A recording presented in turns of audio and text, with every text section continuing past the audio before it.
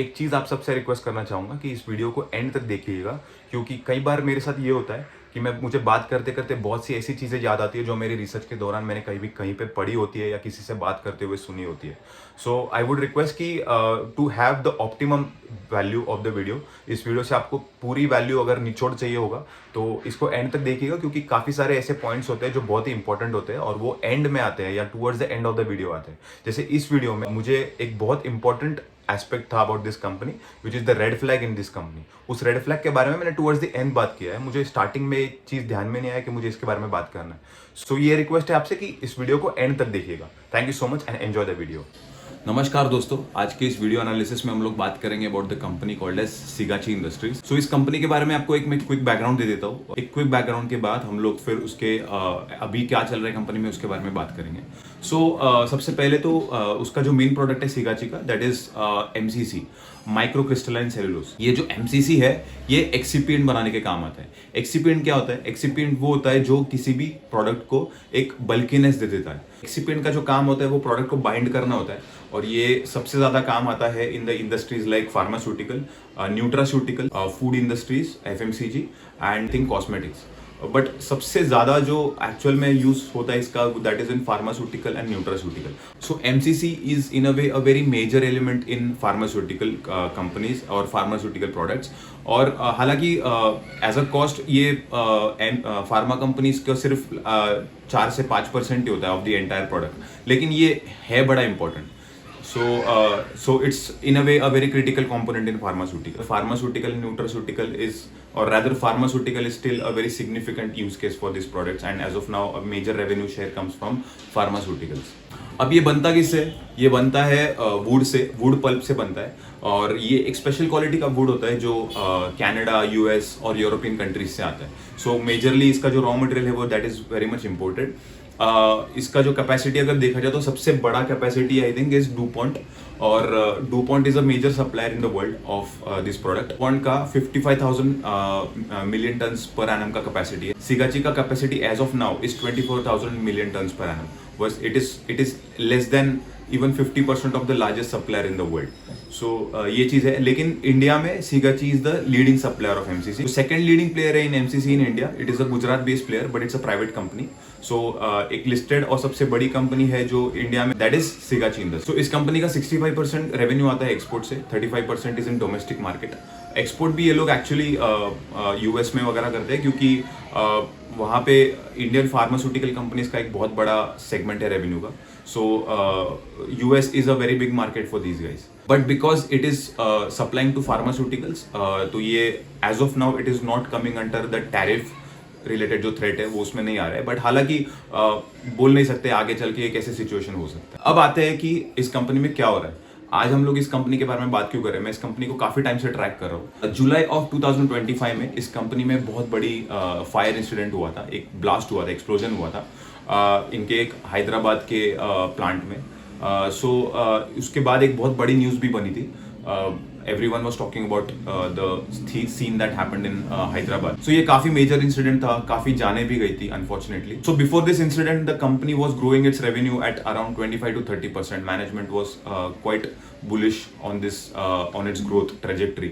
लेकिन ये जब फायर इंसिडेंट हुआ जुलाई में, तो उसके बाद काफ़ी सारी चीज़ें स्टैंड स्टिल पे आ गई थी, एक बड़ा डिस्ट्रप्शन हुआ था। ऑफकोर्स जाने गई थी, दैट वाज क्वाइट अनफॉर्चुनेट, लेकिन एट अ बिजनेस लेवल भी काफ़ी डिस्ट्रप्शन हुआ था।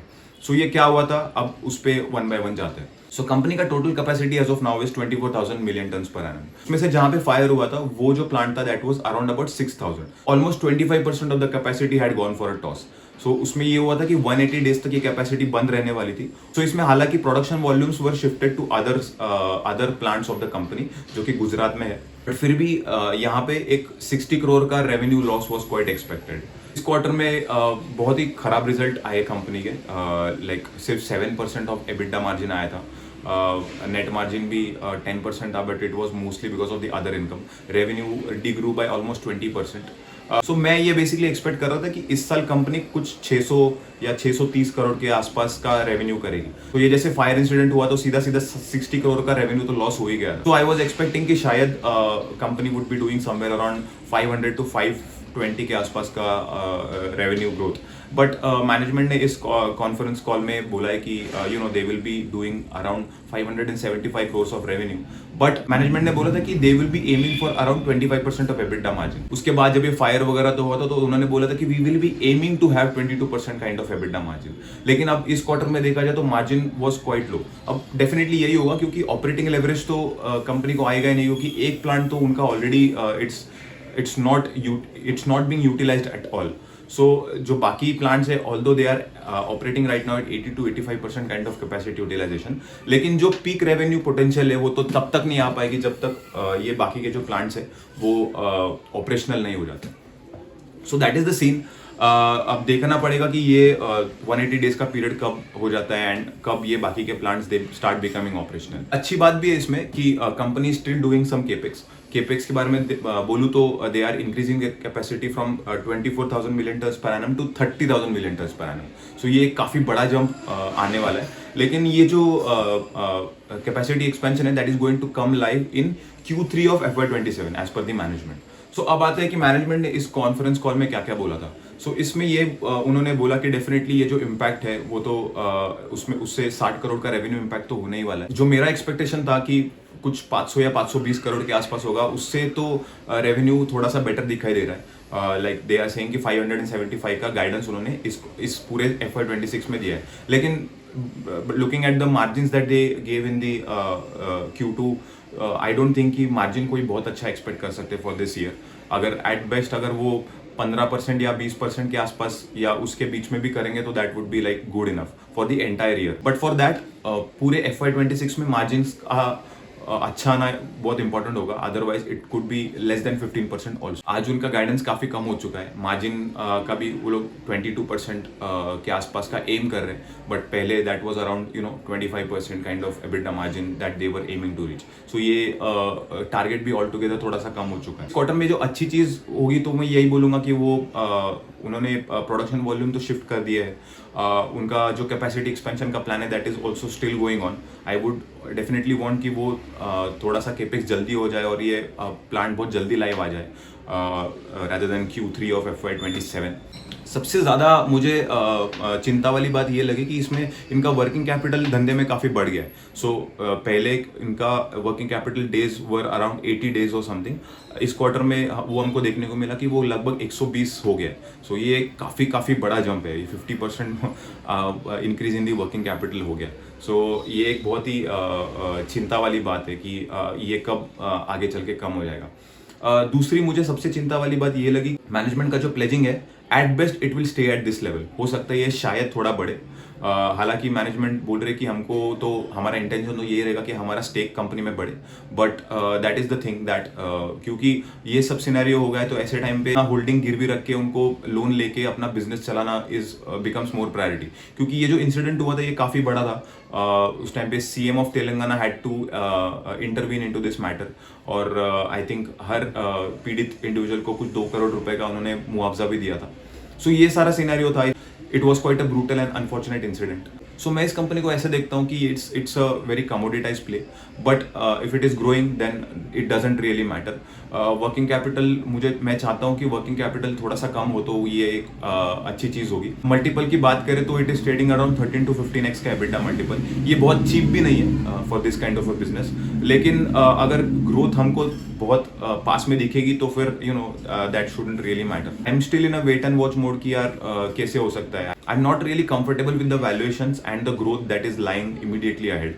सो एक लॉन्ग टर्म के हिसाब से अगर देखा जाए तो फिर ये प्राइस डेफिनेटली सेंस नहीं बनाती। यहाँ से थोड़ा सा discount I would look at so that जब ग्रोथ आएगी तो I will get a good IRR on this kind of an investment. So that's how I am looking at Sigachi industries. और मैं इसमें इंटरेस्टेड इसीलिए था क्योंकि ये कंपनी काफ़ी अच्छे रेट से ग्रो कर रही थी। जब ये कंपनी अपने ग्रोथ ट्रेजेक्टरी पे थी तब ये stock was trading around 50-55 rupees. ये इंसिडेंट होने के बाद वहाँ से काफ़ी एक बड़ा झटका देखने को मिला।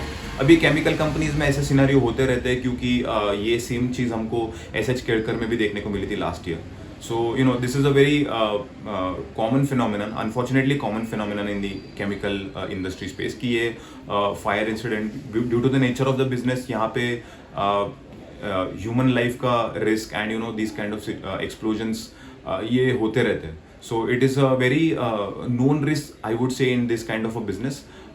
So ये disruptions, although they were very unexpected, but these industries are very prone to these kind of things. So in a nutshell, बोलूँ तो मैं wait and watch mode पे हूँ कि कंपनी आने वाले क्वार्टर्स में कैसे परफॉर्म करेगी. Meanwhile अगर मुझे यहाँ से थोड़ा करेक्शन मिलता है तो I would be interested to look at this kind of stock. इन्हें कोई रिकमेंडेशन नहीं है, मैं चाहता हूँ कि आप इस कंपनी को इंडिविजुअली देखें, इंडिविजुअली पढ़ें. एक रेड फ्लैग भी है जो मैं इस कंपनी के बारे में हाईलाइट करना चाहता हूँ, एंड दैट इज की सो बेसिकली सिगाची इंडस्ट्रीज का जो रेवेन्यू है इसमें से 1% रॉयल्टी के तौर पे जाता है, और वो जो जाता है वो प्रमोटर के एक चैरिटेबल ट्रस्ट है उसको जाता है. इसके बारे में कॉन कॉल में इन्वेस्टर्स ने सवाल भी पूछा था कि यार आप लोग रेवेन्यू के परसेंटेज क्यों लेते हो, आप तो प्रॉफिट के परसेंटेज भी ले सकते हो, तो why are you taking it as revenue का परसेंटेज.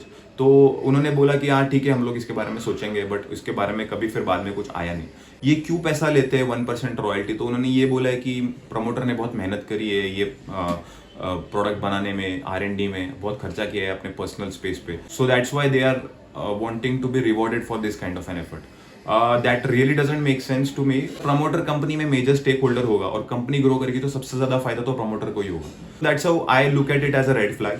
बट हालांकि जब तक कंपनी ग्रो कर रही है तब तक ये चीजें मैटर नहीं करती है. सो इन्हीं चीजों के चलते मैं चाहता हूँ कि आप कंसिस्टेंटली कंपनी को मॉनिटर करें कि किस दिशा में अर्निंग्स जा रही है, किस दिशा में सेल्स ग्रोथ जा रही है, and how things are panning out. उसके बाद ही एक कॉल लिया जाए. हमने इस पूरे एनालिसिस में बात करेगा अबाउट MCC, अबाउट एक्सिपिएंट, ये किस इंडस्ट्रीज में काम आता है, और इसका रॉ मटेरियल कहाँ से आता है, इसका सप्लाई साइड कैसा है. फिर हमने बात करी about the fire incident at Sigachi. पहले फायर इंसिडेंट के पहले कंपनी में ग्रोथ ट्रेजेक्टरी कैसा था, अभी कैसा है. उसके बाद हमने इसके वैल्यूएशंस के बारे में बात करी. सो आई होप ये सुन के आपको कुछ वैल्यू एडिशन मिला होगा. अगर यस तो please consider subscribing to the channel. मैं इसके बाद ऐसे ही एक और एनालिसिस के साथ आपके सामने आऊँगा. Till then keep learning, keep growing, and take care. Bye.